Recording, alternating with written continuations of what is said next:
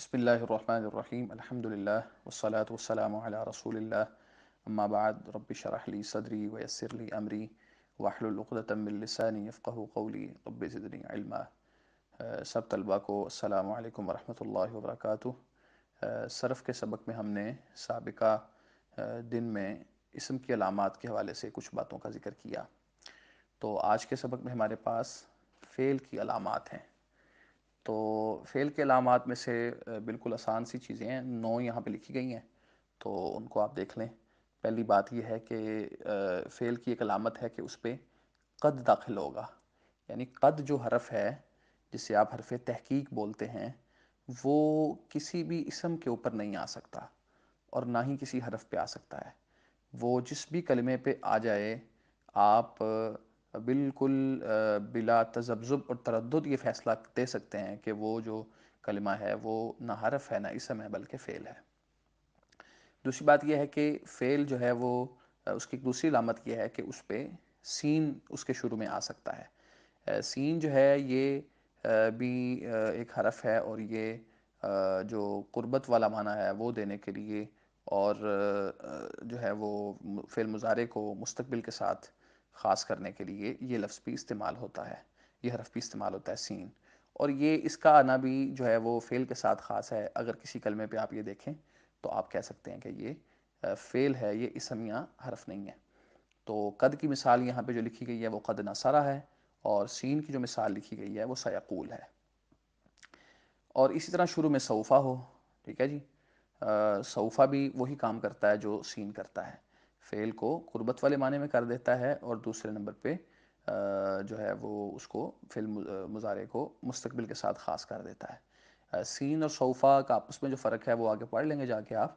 بنیادی فرق یہ ہے کہ سین میں جو مستقبل قریب ہوتا ہے اور جو صوفہ ہے اس میں ذرا مستقبل سین کی نسبت بعید ہوتا ہے۔ تو وقت کے اعتبار سے ان دونوں حروف کا، صوفہ کا اور سین کا استعمال کیا جاتا ہے۔ اسی طرح آگے شروع میں حرف ناصب ہو۔ حرف ناصب کیا ہوتے ہیں؟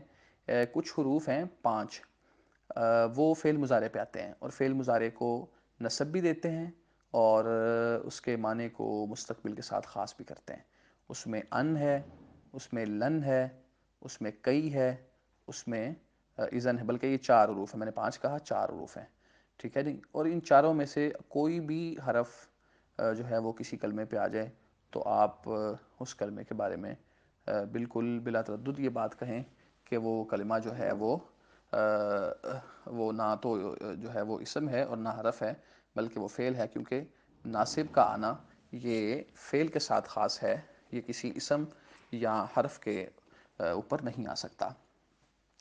اگلی بات یہ ہے کہ جازم آنا۔ جازم جو ہے، جزم جو ہے، یہ بھی جزم ویسے بھی جو ہے وہ اسم پہ نہیں آتی، جزم جو ہے وہ صرف فعل پہ ہی آتی ہے۔ اور جزم دینے والے حروف جو ہے وہ 4 تو ایک فعل کو دینے والے ہیں اور باقی کچھ مزید بھی اس کے علاوہ حروف ہیں، یعنی حروف کی اگر آپ بات کریں گے تو 5 حروف ہیں جو جزم دیتے ہیں۔ ان 5 میں سے ان ہے، لم ہے، لمہ ہے، لام امر ہے، لائے نہیں ہے۔ یہ 5 حروف ہیں جو فعل کو جزم دیتے ہیں۔ ان میں سے کوئی بھی حرف آپ کسی کلمے کے اوپر دیکھتے ہیں تو آپ اس کلمے کے بارے میں یہ کہہ سکتے ہیں کہ یہ کلمہ فعل ہے، یہ جو ہے وہ حرف یا اسم نہیں ہے۔ اس کی وہ مثال دیتے ہوئے لکھتے ہیں لم یسمع۔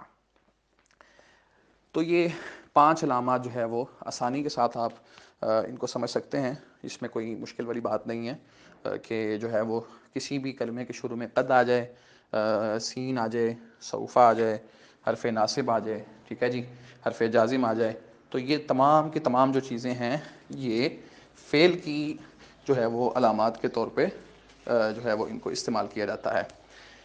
اس کے علاوہ جو ہے وہ اگلی بات اس حوالے سے یہ سمجھ لیں، تائے فاعل کا جو ہے وہ آخر میں آنا۔ یہ تائے فاعل کیا چیز ہوتی ہے؟ آپ نے جو گردانیں پڑھی ہیں، فعل ماضی کی جو گردان پڑھی ہے آپ نے، اس میں آپ نے پڑھا کہ کاتبہ، کاتبا، کاتبو، کاتبت، کاتبتا، کتبنا، کتبتا، کتبتما، کتبتم، کتبتی، کتبتما، کتبتن، کتبتو، کتبنا۔ اب ان پورے صیغوں میں جو ضمیروں والا معنی آپ کر رہے ہیں، مثال کے طور پہ آپ نے کاتبہ کے اندر معنی کیا اس ایک مرد نے لکھا، کاتبہ کا معنی کیا ان دو مردوں نے لکھا. سوال یہ پیدا ہوتا ہے کہ اس ایک مرد، یہ کس لفظ کا معنی آپ نے کیا ہے؟ اور کاتبہ کے اندر ان دو مردوں نے لکھا، یہ ان دو مرد، یہ کس لفظ کا معنی آپ نے کیا ہے؟ تو جواب اس کا یہ ہے کہ کاتبہ کے اندر ہوا ایک جو ہے نا وہ کلمہ، ایک اسم جسے آپ ضمیر کہتے ہیں، وہ پوشیدہ ہے، اس کا معنی ہے اس ایک مرد.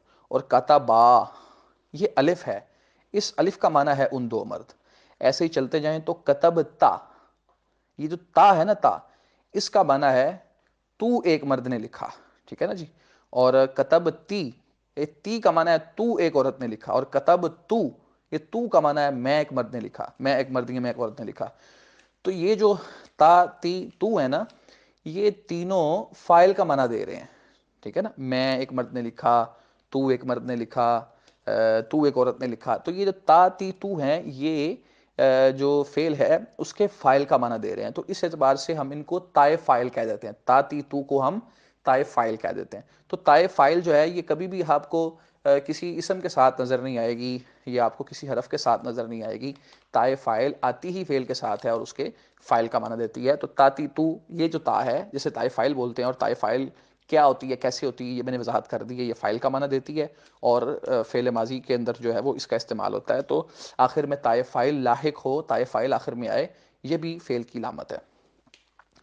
اسی طرح اگلی بات سمجھ لیں کہ تائے تانیس، یہ بھی فعل کی علامت ہے.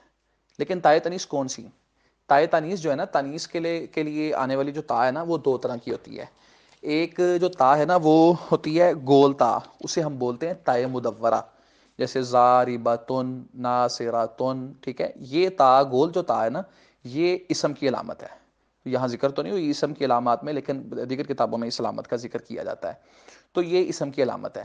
لیکن جو تائے تانیس ہوتی ہے نا ساکن اور مبسوطہ، مبسوطہ سے مراد لمبی، لمبی تا، گول تا کی بجائے مدورہ کے مقابلے میں مبسوطہ آئے گی نا، ایک گول ہے اور ایک لمبی ہے. تو جو تائے تانیس ہو اور لمبی والی ہو اور ساکن ہو، اس تا کو جو ہے وہ ہم جو ہے وہ فعل کی علامت شمار کرتے ہیں. وہ ایسی تا جو ہوتی ہے، یہ کسی اسم پہ یا کسی حرف پہ نہیں آتی، بلکہ یہ تا جس پہ بھی آئے گی وہ کلمہ فعل ہی ہوگا، اور فعل کے ساتھ یہ خاص ہے. اس طرح آٹھویں چیز اس حوالے سے یہ ہے کہ نون تاکید کا آنا. نون تاکید کیا چیز ہے؟ فعل کے معنی کے اندر آپ تاکید والا معنی پیدا کرنا چاہتے ہیں، یقیناً والا، ضرور والا، ہرگز والا معنی پیدا کرنا چاہتے ہیں. تو اس معنی کو پیدا کرنے کے لیے ایک جو ہے وہ صرفی بحث میں ذکر ہوتا ہے نون، ٹھیک ہے نا. نون مشدد یا نون مخفف، مخفف سے مراد جو شد کے بغیر ہو اور ساکن ہوتا ہے وہ نون. تو یہ جو نون ثقیلہ یا خفیفہ ان کو بولا جاتا ہے، یہ ان کو نون تاکید کہا جاتا ہے. نون تاکید بھی کسی اسم پہ یا کسی حرف پہ نہیں آتا، بلکہ نون تاکید کا آنا بھی یہ فعل کے ساتھ خاص ہے. یہ فعل امر کے لیے یا فعل مضارع کے لیے آتا ہے. تو نون تاکید بھی جو ہے وہ فعل کی علامت ہی شمار ہوگا. اس طرح آگے جو چیز آتی ہے نا وہ یائے مخاطبہ لاحق ہو. یائے مخاطبہ کیا چیز ہوتی ہے؟ آپ جو ہے وہ گردان پڑھتے ہیں نا فعل مضارع کی، تو پڑھتے پڑھتے آپ کے سامنے ایک لفظ آتا ہے. مثال کے طور پہ آپ پڑھتے ہیں یکتبو یکتبان، یکتبون تکتبو تکتبان، یکتبن تکتبو تکتبان، تکتو تکتبو تکتبان، تکتو یکتبنا، اور آگیا تکتبین تکتبان تکتبنا. یعنی فعل جو مضارع میں مونس کے 6 سیغے ہیں وہ آپ ایسے پڑھتے ہیں نا، تکتبو تکتبان یکتبنا، ٹھیک ہے.